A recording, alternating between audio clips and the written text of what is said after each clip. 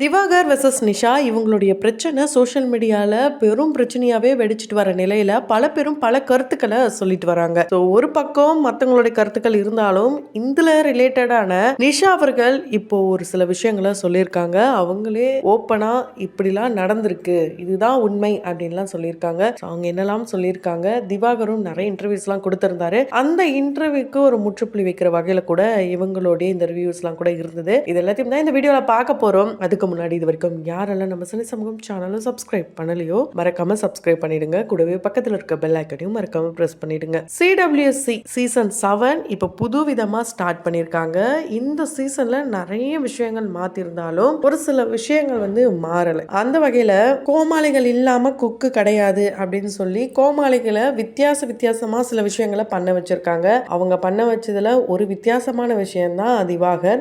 அவருடைய என்ட்ரி தான் ரொம்ப ஒஸ்டான என்ட்ரியா இருந்திருக்கு. அதனால டீம் எல்லாரும் சேர்ந்து மன்னிப்பும் கேட்டிருக்காங்களாம். திவாகருக்கும் நிஷாக்கும் என்ன இஷ்யூ அப்படின்னு பாத்தீங்கன்னா, நிஷாவோடைய ஃபர்ஸ்ட் கோமாளியா திவாகர் வந்திருக்காரு. அந்த இடத்துல தோல் மேல கை போடுறாரு. அங்க கை போடும் போது நிஷாவுடைய ஹஸ்பண்ட் எடுத்து விட்டுறாரு. உடனே திவாகர் என்ன சொல்றாருன்னா, இவ்வளவு நாள் நீங்க போட்டுட்டு இருந்தீங்களா, ஒரு நாள் நான் போடுறேன் அப்படின்ற மாதிரி சொல்லிட்டாங்களாம். இப்படி சொல்லும் போது அந்த இடத்துல ஒரு ஃபன்னா சொல்றதை விட்டுட்டு அவருடைய டோன் நம்ம எல்லாருக்கும் தெரியும், அந்த மாதிரி சொல்லியிருக்காரு. எப்படி சொன்னாலும் அந்த CWC அந்த செட்ல இருக்கிறவங்க இது போல 18+ கண்டென்ட் காமெடி தான் பண்றாங்க. இது இவருக்கு திவாகருக்கு மட்டும் இல்ல, அந்த இடத்துல காமெடி பண்ற பல பேரும் இந்த மாதிரி தான் பண்றாங்க. ஸோ அதுவே ஒரு பெரிய தப்பான விஷயம் தான். அது மட்டும் இல்லாம திவாகரை பொறுத்த வரைக்கும் கேமராக்கள் எல்லாமே அவரு மேலதான் விழுது அப்படின்ற ஒரு எண்ணம் அவருக்கு இப்ப இல்ல, எப்போல இருந்தே இருக்கு. அதை நம்ம பிக் பாஸ் வீட்ல பார்த்திருந்தோம். பெண்கள் கிட்ட ரொம்பவே வல்கரா பேசியிருக்காரு. மாக்காப்பா பத்திலாம் தவறா பேசியிருந்தாரு. அவருடைய ECR வீடியோலாம் என்கிட்ட இருக்கு.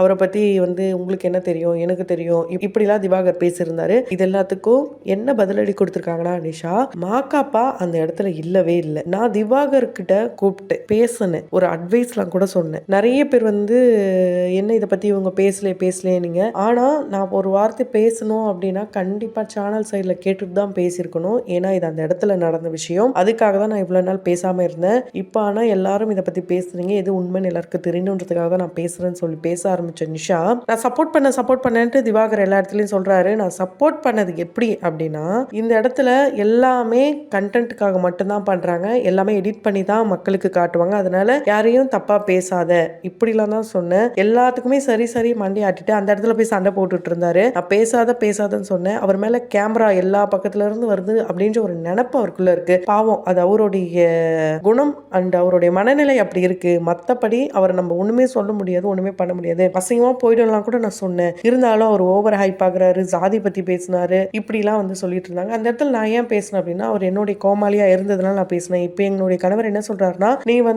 இந்த அளவுக்கு அவர்கிட்ட பேசினதுல எந்த ஒரு யூஸுமே கிடையாது, இழிப்பிள்ளைக்கு சொல்ற மாதிரி நீ சொல்லியிருந்தா, ஆனா பாரு அந்த ஆள் எப்படி திரும்ப பிரச்சனையை தான் உண்டாக்குறாரு அப்படின்லாம் சொல்லியிருந்தாங்க. இந்த இடத்துல எப்படி மாக்காப்பா கானா வினோத்லாம் வந்தாங்கன்னா, ஒரு பெண்களுக்கு பிரச்சனை நடக்குது அப்படின்னும் போது அதுக்கு பக்கத்திலேயே இருந்த ஆண்கள் குரல் கொடுத்திருக்காங்க. அதுல ஒண்ணுதான் கானா வினோத் அவர்கள். கானா வினோத் அவரை பத்தி, அவருடைய சமுதாயத்தை பத்தியும் ரொம்பவே தரைக்குறைவா தவறாலாம் பேசியிருக்காராம். இதெல்லாம் கேட்டுட்டு ரொம்பவே டென்ஷனா இருக்காரு. அது மட்டும் இல்லாம மாக்காப்பா அந்த இடத்துல இல்லவே இல்லையா. அதே மாதிரி பால்கனில தான் இருந்திருக்காங்க சுனிதா அண்ட் நிஷா.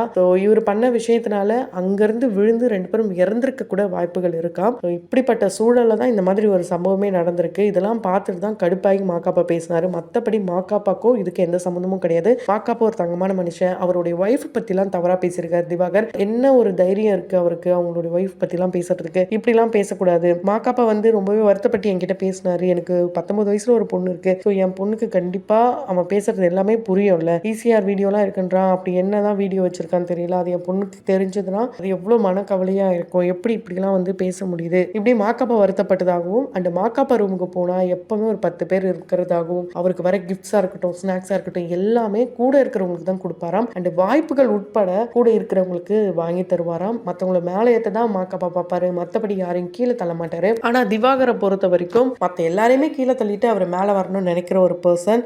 தவறா பேசுனதுக்கு கண்டிப்பா மன்னிப்பு கேட்கணும். ஹோல் டீமும் இந்த ஒரு இன்சிடென்ட்க்கு அப்புறம் எங்க கிட்ட சாரி கேட்டாங்க. அந்த இடத்துல நாங்க சாரி அக்செப்ட் பண்ணவே இல்லை. ஏன் அப்படின்னா தப்பு டீம் மேல கிடையாது, அவங்க ஒருத்தருக்கு வாய்ப்பு கொடுத்தாங்க. அந்த வாய்ப்பை தப்பா பயன்படுத்தினது அந்த நபர் மேலதான் தவறு. அதனால அந்த தப்பு பண்ண நபருக்கு தான் கண்டிப்பா ஆக்ஷன் எடுக்கணும், தண்டனை கொடுக்கணும் அப்படின்னு ரொம்பவே ஸ்ட்ரிக்டா சொல்லியிருக்காங்க. அண்ட் திவாகர் இவங்கள அக்கா அக்கான்னு கூப்பிட்டதுனால அவங்களும் இவரை தம்பின்னு தான் அக்செப்ட் பண்ணிக்கிறாங்க. அதே மாதிரி தான் தம்பி தம்பி தான் கூப்பிட்டு அட்வைஸ் பண்ணாங்களாம். ஸோ 2 பேரும் இறந்துருப்பாங்களாம். மஞ்சுநாத் அவர்கள் கூட சொல்லியிருக்காரு இதை பத்தி. அந்த இடத்துல மாக்காப்பாவே இல்லை, அவர் ஏன் அப்படி திவாகர் சொன்னாருன்னு தெரியல. அவர் ரொம்பவே தப்பா பேசினது திவாகர் தான். கண்டிப்பா நிஷா அண்டு மாக்காப்பா கானா வினோத்துக்காக நாங்க இருக்கோம், நாங்க குரல் கொடுப்போம், திவாகர் மேல ஆக்ஷன் எடுக்கணும்ட்டு இப்படி ஒட்டு மொத்த சிடபிள்யூசி பிரபலங்கள் எல்லாரும் களத்துல இறங்கியிருக்காங்க. இதை பத்தி பல பிரபலங்கள் வெளியவும் டிஸ்கஸ் பண்ணிட்டு தான் இருக்காங்க. அது மட்டும் இல்லாம பெத்த பிள்ளை மேல சத்தியம் பண்ணிலாம் கூட கேட்டிருக்காராம். அதுவும் இல்லாம இந்த ஜாதி சமூகம் இது எல்லாத்தையும் பத்தியும் பேசியிருக்காரு. உண்மையாலே ரொம்ப ஒரு ஒஸ்டான பர்சனா தான் திவாகர் இருக்காரு. நம்ம என்னதான் முன்னாடி வீடியோல அவருடைய மனநிலை வந்து ரொம்பவே பாதிக்கப்பட்டிருக்கு, அவருக்கு ஒரு அட்வைசர் தேவை, ஒரு சைக்காட்டிஸ்ட் தேவை அப்படிலாம் சொன்னாலும் கண்டிப்பா கொஞ்சமாச்சு இவரு ரியலைஸ் பண்ணணும். அந்த அளவுக்கு சின்ன பையனும் கிடையாது, குழந்தையும் கிடையாது. எல்லா விஷயங்களும் அவருக்கும் தெரியும். தெரிஞ்சே ஒரு சிலர் பண்றவங்களும் இருக்காங்க. அது தெரியாம இருக்கணும்ன்றதுக்காக தான் இவர் வெகுளித்தனமா ஆக்ட் பண்றாருன்னா கூட ஒரு சிலர் கமெண்ட் பண்றாங்க. உண்மையாலே நிஷா வந்து இந்த அளவுக்கு இவ்வளவு ஓப்பனா பேசியிருக்காங்க. அது ரொம்பவே பாராட்டுக்குரிய விஷயம் தான். ஏன் அப்படின்னா இவங்களுக்கும் திவாகர் இந்த ஒரு இஷ்யூ தான் நடந்துட்டு இருந்தது. ஒவ்வொருத்தரும் ஒவ்வொரு கருத்துக்களை சொன்னாங்க. ஆனா திவாகர் பத்தி கரெக்டா சொல்லியிருக்காங்க. அது மட்டும் இல்லாம அவர்கிட்ட வந்து அட்வைஸும் பண்ணியிருக்காங்க, சப்போர்ட் பண்ணியும் பேசியிருக்காங்க. அந்த ஒரு சப்போர்ட்டை இவர் எப்படி புரிஞ்சுக்கிட்டாருன்னு பாருங்க திவாகர். ஸோ இந்த அளவுக்கு ஒரு மனநிலை இருக்கிற ஒரு பர்சன் தான் திவாகர். கண்டிப்பா ஆக்ஷன் எடுத்தே தான் ஆகணும். 2 உயிர் போயிருக்கோம் அப்படிலாம் கூட இவங்க சொல்லியிருக்காங்க. ஸோ என்ன வேணாலும் நடந்திருக்கலாம், செம்ம அடியும் பட்டிருக்கு. ஆனா திவாகர் அவருக்கு என்ன நடந்தது, அவரு என்ன சொன்னாரு, அவர்கிட்ட மத்தவங்க என்ன சொன்னாங்க, இதை பத்திலாம் மட்டும்தான் அவர் பேசியிருக்காரு தவிர சுத்திலும் என்ன நடந்தது அவரால் அப்படின்றத பேசவே இல்லை அவரு. மத்தவங்க எல்லாரும் இப்ப பேச ஆரம்பிச்சதுனால கொஞ்சம் பயந்துருக்கலாம் திவாகர். கண்டிப்பா திவாகர் மத்த எல்லா வீடியோஸையும் பார்த்துட்டு இதுக்கப்புறமாச்சும் திருந்தி ஒரு வீடியோ போடுவாருன்னு எதிர்பார்க்கலாம். மாக்காப்பா மேல தப்பு இல்லை, 18 மணி நேரம் ஆங்கரா இருக்கிறவங்க எப்படி குடிச்சிட்டு நிக்க முடியும்ன்ற கேள்வி அவர் கேட்டதுல கண்டிப்பா ஒரு 100க்கு 100 உண்மை இருக்கு. ஏன்னா ஆங்கரா இருக்கிறவங்க நின்றுட்டே தான் இருக்க முடியும். இப்பதான் ஏதோ உட்காரத்துக்கு சேர்லாம் கொடுக்குறாங்க. அப்படி இருக்கும்போது முட்டி வலியோட நின்று பல ஷோ பல வருடமா அவர் இந்த இண்டஸ்ட்ரியில இருக்காரு. உண்மையாலே அந்த ஒரு திறமைக்கும் அந்த ஒரு அவர் இருக்கிற அந்த ஒரு தொழிலுக்கும் அவரு நியாயமா தான் இருக்காரு. மேபி அவருடைய பர்சனல் இஷ்யூ எது வேணாலும் இருக்கலாம், அதெல்லாம் வெளியே மேபி அவர் எப்படி வேணாலும் இருந்திருக்கலாம். அதெல்லாம் கொண்டு வந்து இந்த ஷோக்கும் இவர் பண்ற இந்த தொழிலுக்கும் தவறா முடிச்சு போட்டு தேவையில்லாத ஒரு விஷயத்தை கிரியேட் பண்ணி ஒருத்தவங்க மேல பழி போட்டு. ஸோ இப்பதான் ரீசெண்டா மாக்காப்பாக்கு வந்து ஒரு விழாலாம் எடுத்திருந்தாங்க. நிறைய பேர் அதுல நிறைய நல்ல விஷயங்கள் சொல்லியிருந்தாங்க. குறிப்பா ஜாக்லின்லாம் சொல்லும் போது அண்ணன் எனக்கு வந்து சம்பளமே இல்லாம பல வருடமா நான் வேலையே இல்லாம இருந்தேன், ஆனா அவர் சொல்லி அவர் கூட ஷோ நடத்துற மாதிரி எனக்கு வாய்ப்பெல்லாம் வாங்கி கொடுத்தாரு, உண்மையாலே என்னால மறக்கவே முடியாது இப்படிலாம் சொல்லும் போது அப்போ எது உண்மை எது போய் அப்படின்ட்டு மக்களே கன்ஃபியூஸ் ஆயிடுவாங்க. திவாகருடைய விஷயத்துல மாக்காப்பா மேல எந்த ஒரு தவறும் கிடையாது, திவாகர் மேலதான் முழுக்க முழுக்க தவறு அப்படின்றத ஓப்பனா உண்மையை சொல்லியிருக்காங்க நிஷா. ஸோ நிஷாவை பத்தி நீங்க என்ன நினைக்கிறீங்க, அவங்க சொன்ன விஷயங்களை பத்தி உங்களுடைய கருத்துக்கள் என்னன்றதை கமெண்ட் பாக்ஸ்ல மறக்காம கமெண்ட் பண்ணுங்க. தொடர்ந்து வீடியோஸ்லாம் பார்க்கணும்னு நினைச்சீங்கன்னா உடனே சேனலை சப்ஸ்கிரைப் பண்ணிடுங்க. கூடவே பக்கத்தில் இருக்க பெல் ஐக்கனையும் மறக்காம பிரஸ் பண்ணிடுங்க.